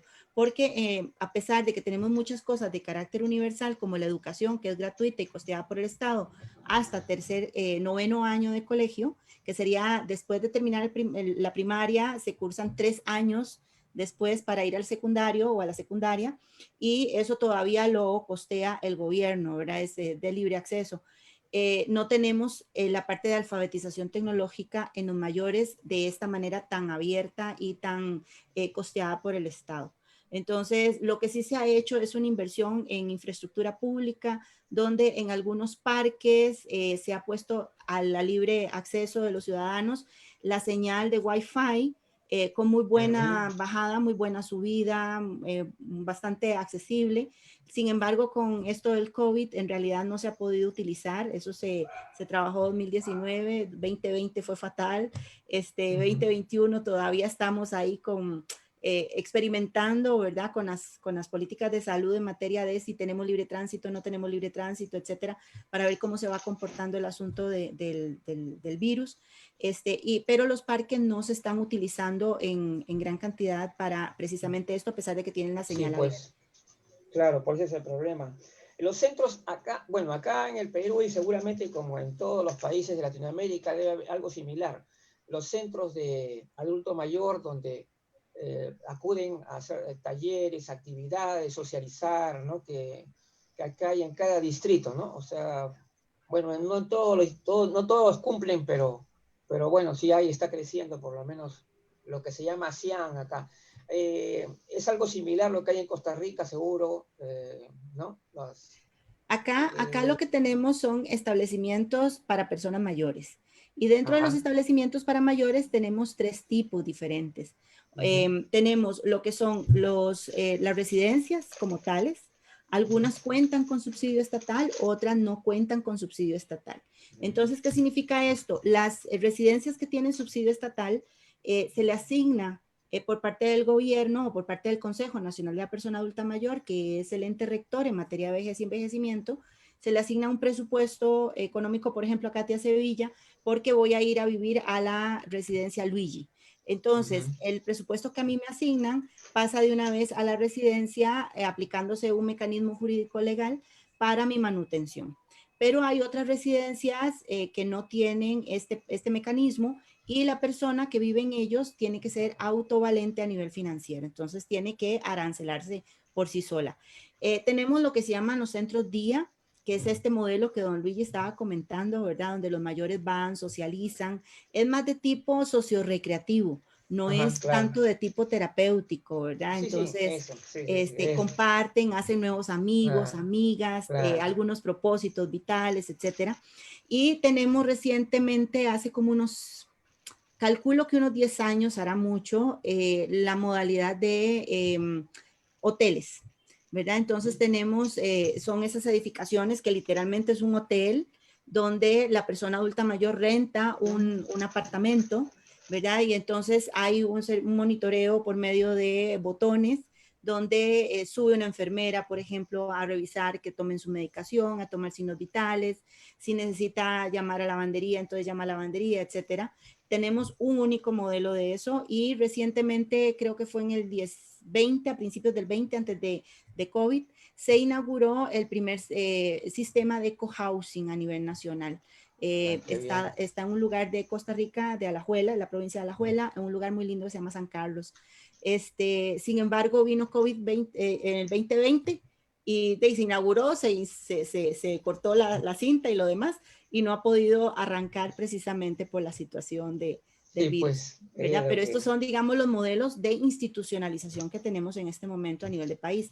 Con COVID, hogares de ancianos cerraron puertas, no permitieron, todavía no se permite el ingreso de visita, ni siquiera familia.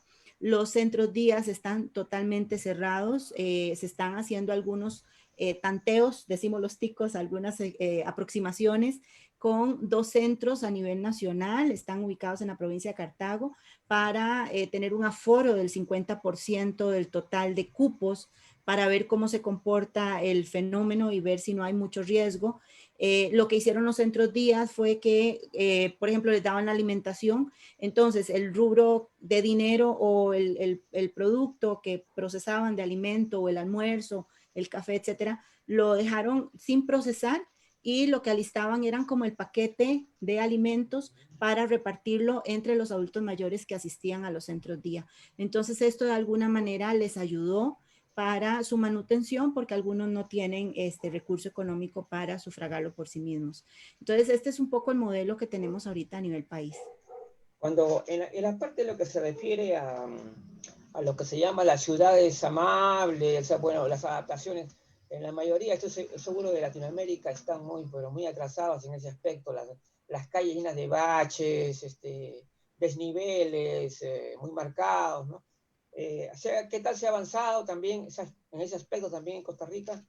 Nosotros al 2019 teníamos 12 municipios, nosotros tenemos un total de 82 municipios, de los cuales 12 son los que han suscrito y tienen de la declaratoria de ciudad amigable, ¿verdad? No es sencillo, es bastante laborioso, por decirle alguna palabra, hay que cumplir con una serie de requisitos, desde tener el plan de trabajo hasta el presupuesto económico para hacerlo, porque precisamente mucho de lo que se busca es trabajar la parte de accesibilidad urbana.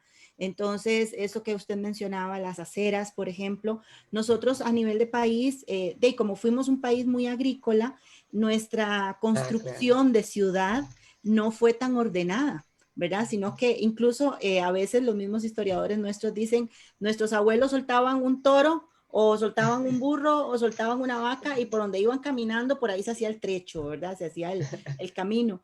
Entonces, esto ya nos habla de que, por ejemplo, a veces nosotros decimos, es una cuadra y en realidad no es la misma dimensión en metros lineales que puede ser una cuadra en Perú, por ejemplo, ¿verdad? Sino que son camine, camine, camine, camine. Y hay provincias, por ejemplo, donde son más rurales, donde vacilamos a lo interno y decimos, allá donde se encuentra el toro echado, ¿verdad? Y usted camine, camine, camine y nunca encuentra el toro. Precisamente de ese se trata el vacilón, ¿verdad? De que es tan largo que tenés que caminar y caminar y caminar y no hay un punto de referencia para decir 500 metros, 600 metros, no.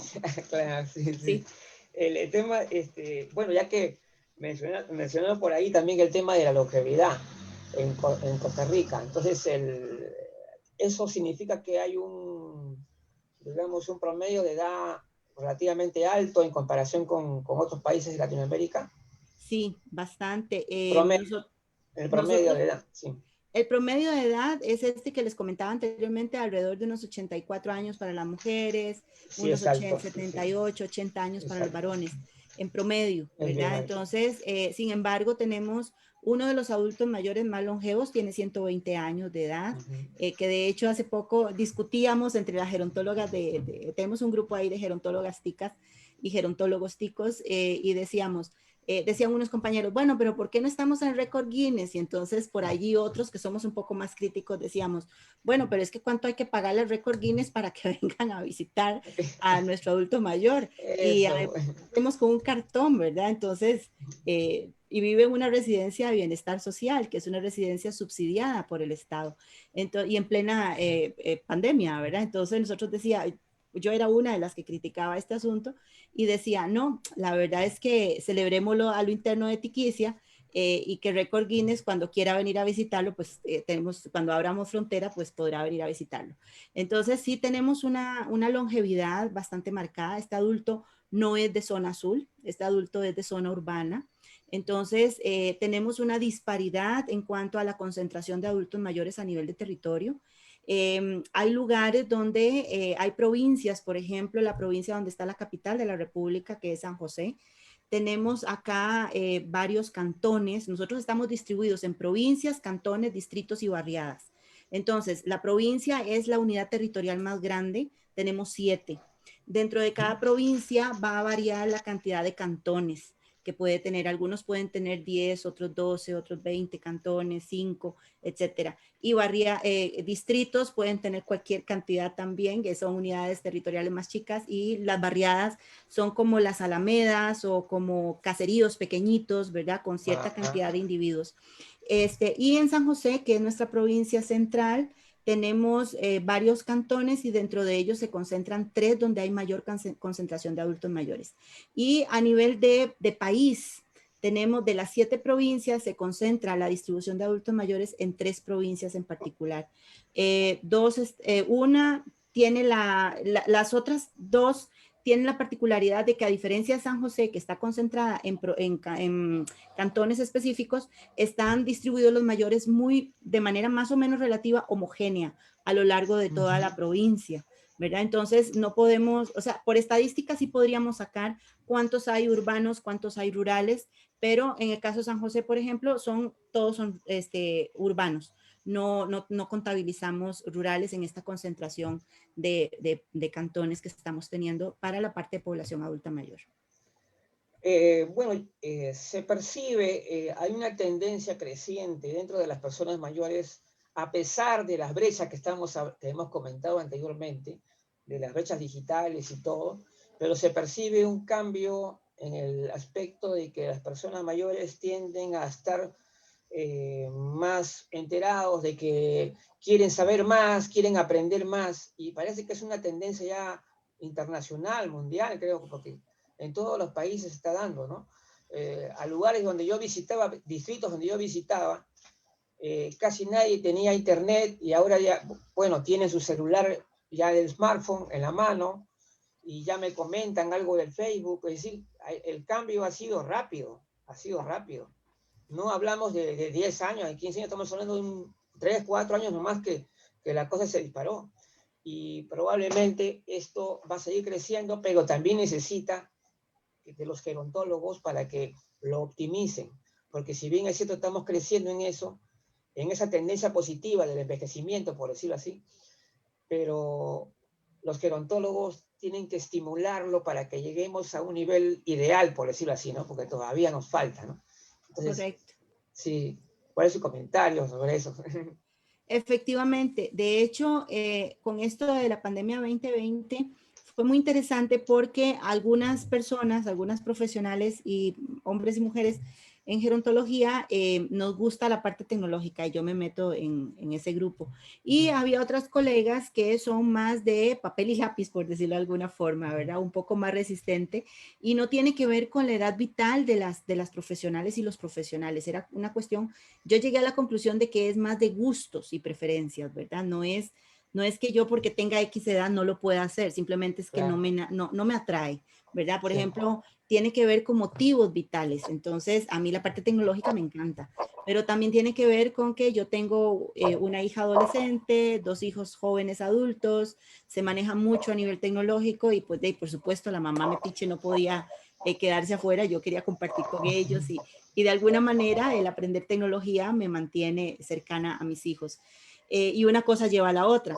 Y con el 2020 efectivamente tuvimos que dar un salto, ¿verdad? Entonces quedó en evidencia que la habilidad técnica de comunicación digital tiene que ser un eje transversal en toda, y no solo en los profesionales que trabajamos con persona mayor, sino en todas las personas. O sea, ya La tecnología llegó para quedarse definitivamente. Ahora encontramos casas domóticas, incluso hay toda una corriente dentro de gerontología que es la gerontotecnología, ¿verdad? Que son las herramientas, cómo automatizamos, por ejemplo, desde una alarma para que nos recuerde cuando tenemos que levantarnos a hacer ejercicio, ¿verdad? Para la hora que, yo no sé ustedes, está muy curvis, pero yo sí. Entonces, esta 2020 no me cayó bien, está encerrada en casa. Entonces, todos los días me levanto alrededor de las 6:30 de la mañana a hacer caminata porque ya yo voy para allá y quiero llegar muy bien para allá. Entonces, lo predico y lo tengo que cumplir. Y también podemos programar para cosas más específicas si estamos en el mundo del empleo y si tenemos que enviar correos, etcétera. Entonces, todo esto nos facilita, nos ahorra tiempo, pero también nos ayuda con cosas como, por ejemplo, recordatorios de fechas de cumpleaños, ¿verdad? Que a veces en la cotidianidad se nos olvidan. Son elementos muy importantes para mantenernos integrados a pesar de la distancia que nos obliga a mantener el asunto de un virus internacional como el que tenemos, y nos acerca por medio de la tecnología. Entonces, sí, definitivamente no es un lujo, es parte de la cotidianidad, y creo que los gobiernos tienen que entenderlo de esa manera. Incluso hay un ruido dentro de Costa Rica donde incluso se habla de que debería meterse dentro del presupuesto de nuestra canasta básica alimentaria el acceso a la tecnología, porque con el 2020 se vio la disparidad de acceso tecnológico, no solo en los mayores, sino también en los menores de edad.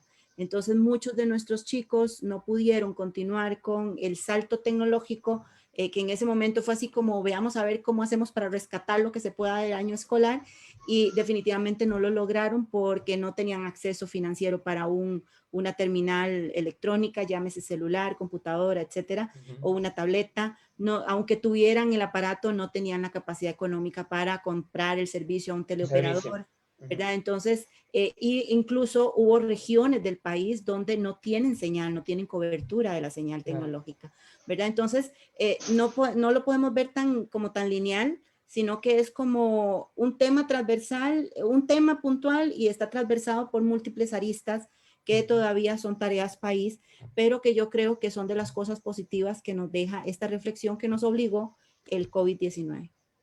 Bien, ahora respecto a las personas que trabajan en los centros de adulto mayor, se pide una capacitación en gerontología, cursos, porque también observamos, ¿no? Que, por ejemplo, acá también he visto algunos establecimientos donde trabajan personas mayores, pero que no tienen formación gerontológica, ¿no? O sea, por decirlo así, están un poco improvisados, ¿no? Sí, entonces existe, digamos, una obligatoriedad. ¿Cómo se selecciona el personal para trabajar, digamos, en centros de adulto mayor?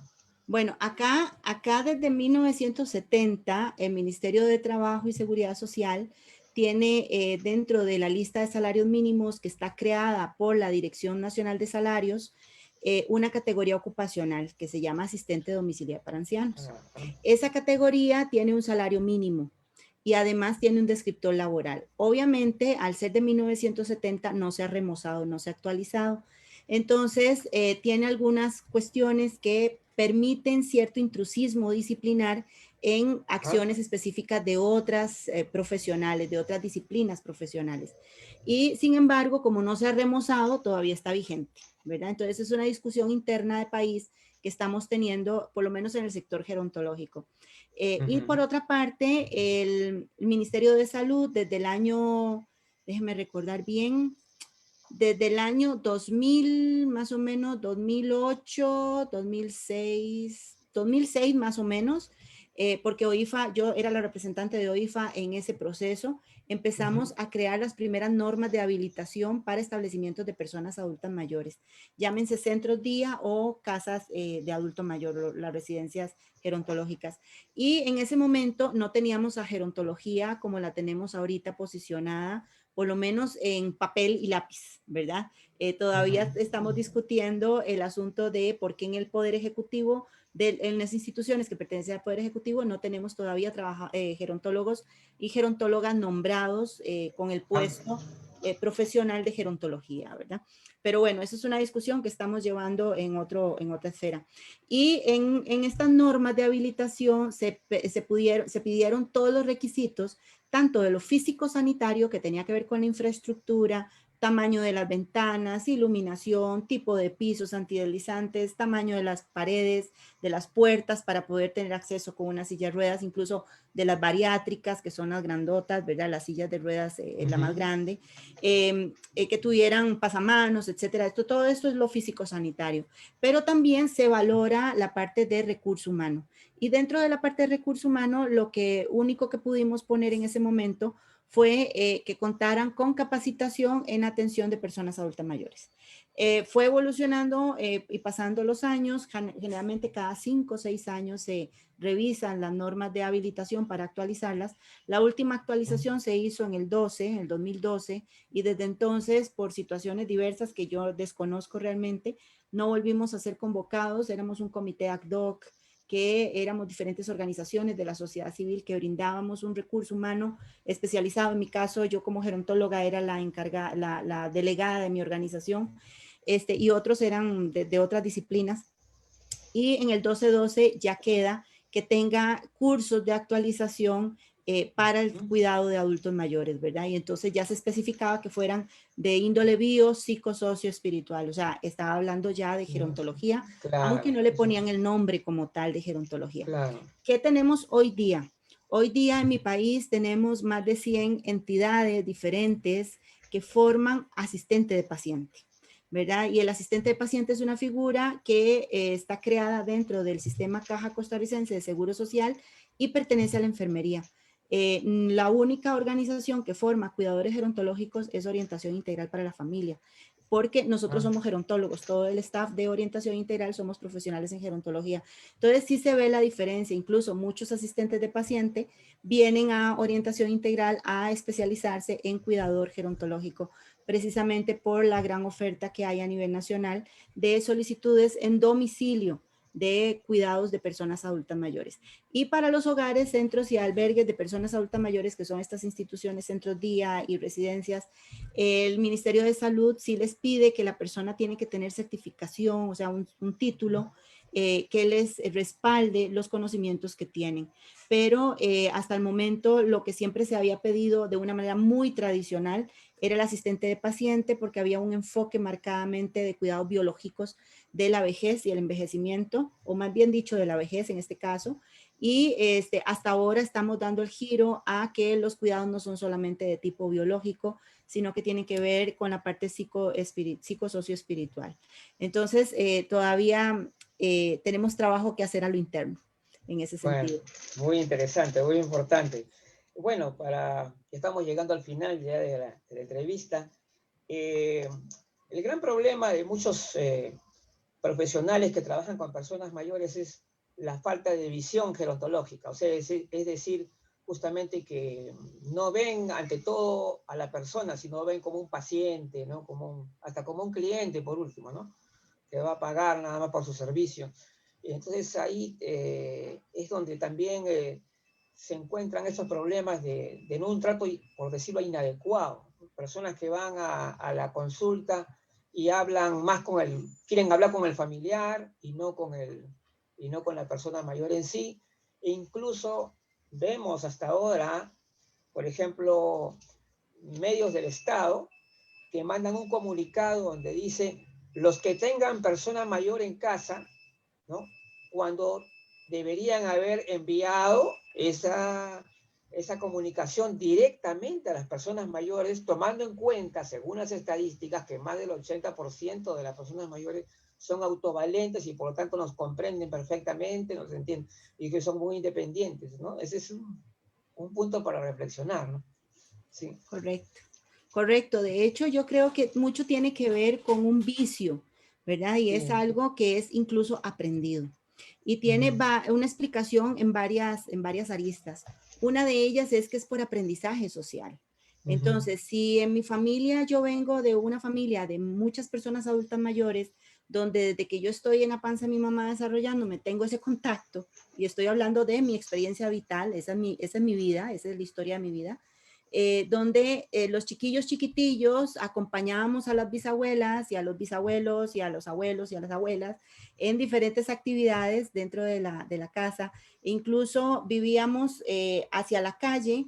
Todas las casas de mi familia tenían lo que llamamos una cerca o una tapia o un murito divisor para que la gente sepa que la calle terminó, o sea, de dónde a dónde va la calle, ¿verdad? Pero las casas por dentro de ese murito no tenían división. Entonces, lo que estaba era la casa, un pedacito zona verde, la casa, un poquito zona verde. Y entonces los chiquillos, para nosotros era como, o sea, cada uno sabía dónde tenía que ir a dormir, dónde estaba su mamá, su papá, sus hermanos, pero en realidad todos éramos, todo era de todos, ¿verdad? Y crecimos en esa gran comunidad. Entonces, la vejez y el envejecimiento, por lo menos para mi histórico de vida, era algo muy común. Cuando yo llego a la universidad, empiezo a darme cuenta de que no era común, sino que lo mío era una familia atípica.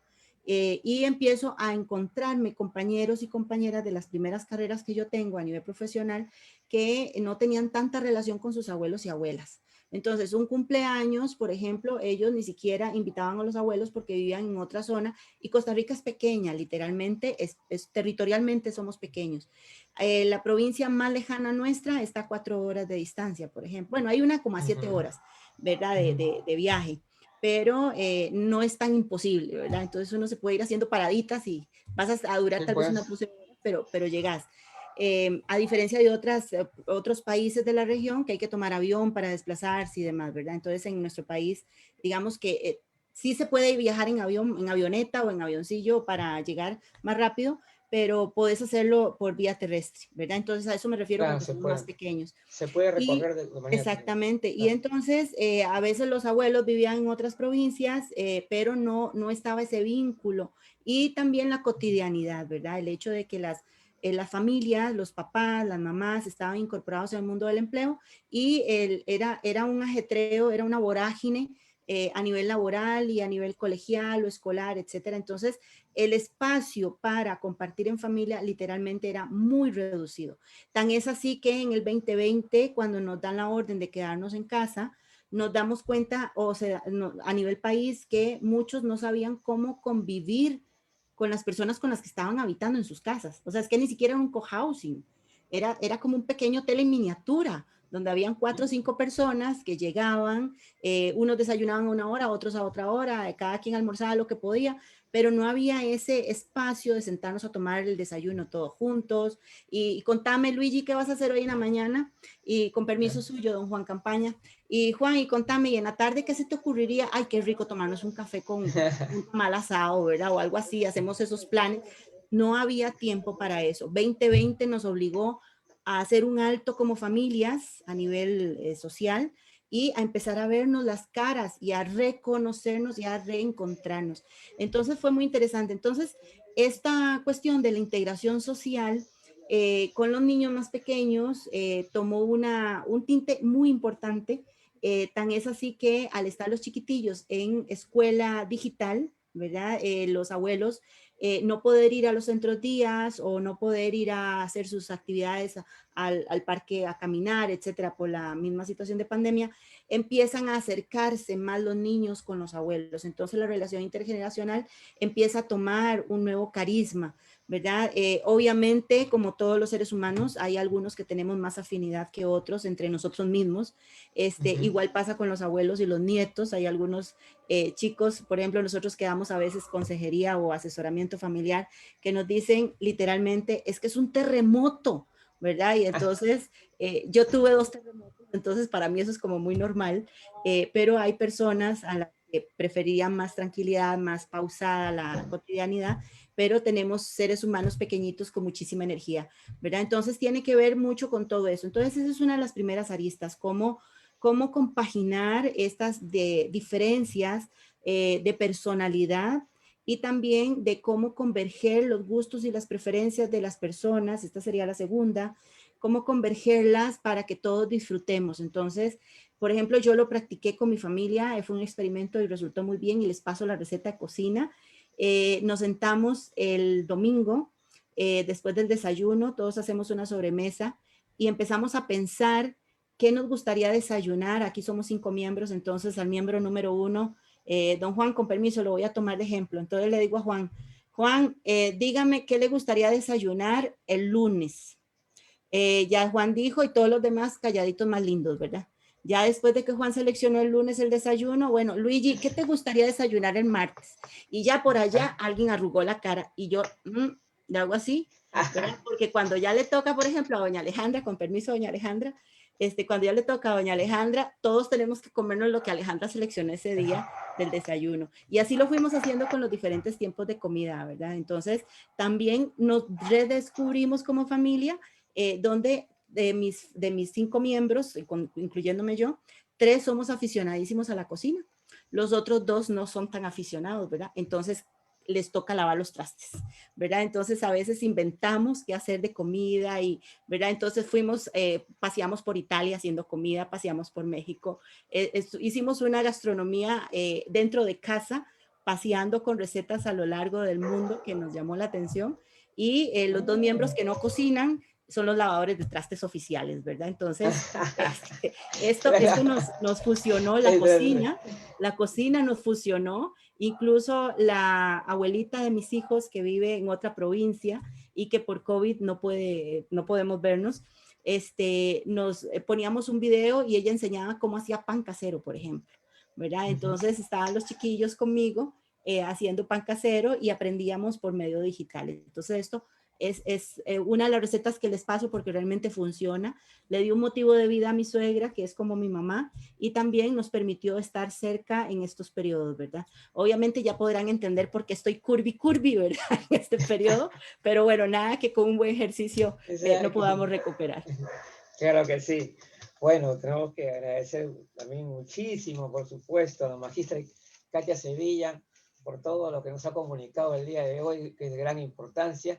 Y bueno, y les debo decir que ella, como representante de Costa Rica, le toca justamente estar en la próxima tertulia internacional, el día 7 de abril, a las 6 de la tarde. Ahí la van a escuchar también en una interesante exposición y después el diálogo que se forma, ¿no? Como ya es costumbre, ¿no? En los conversatorios después de las exposiciones, que van a poder. Ella recientemente se incorporó a la Central Informativa del Adulto Mayor y justamente es la primera representante de Costa Rica.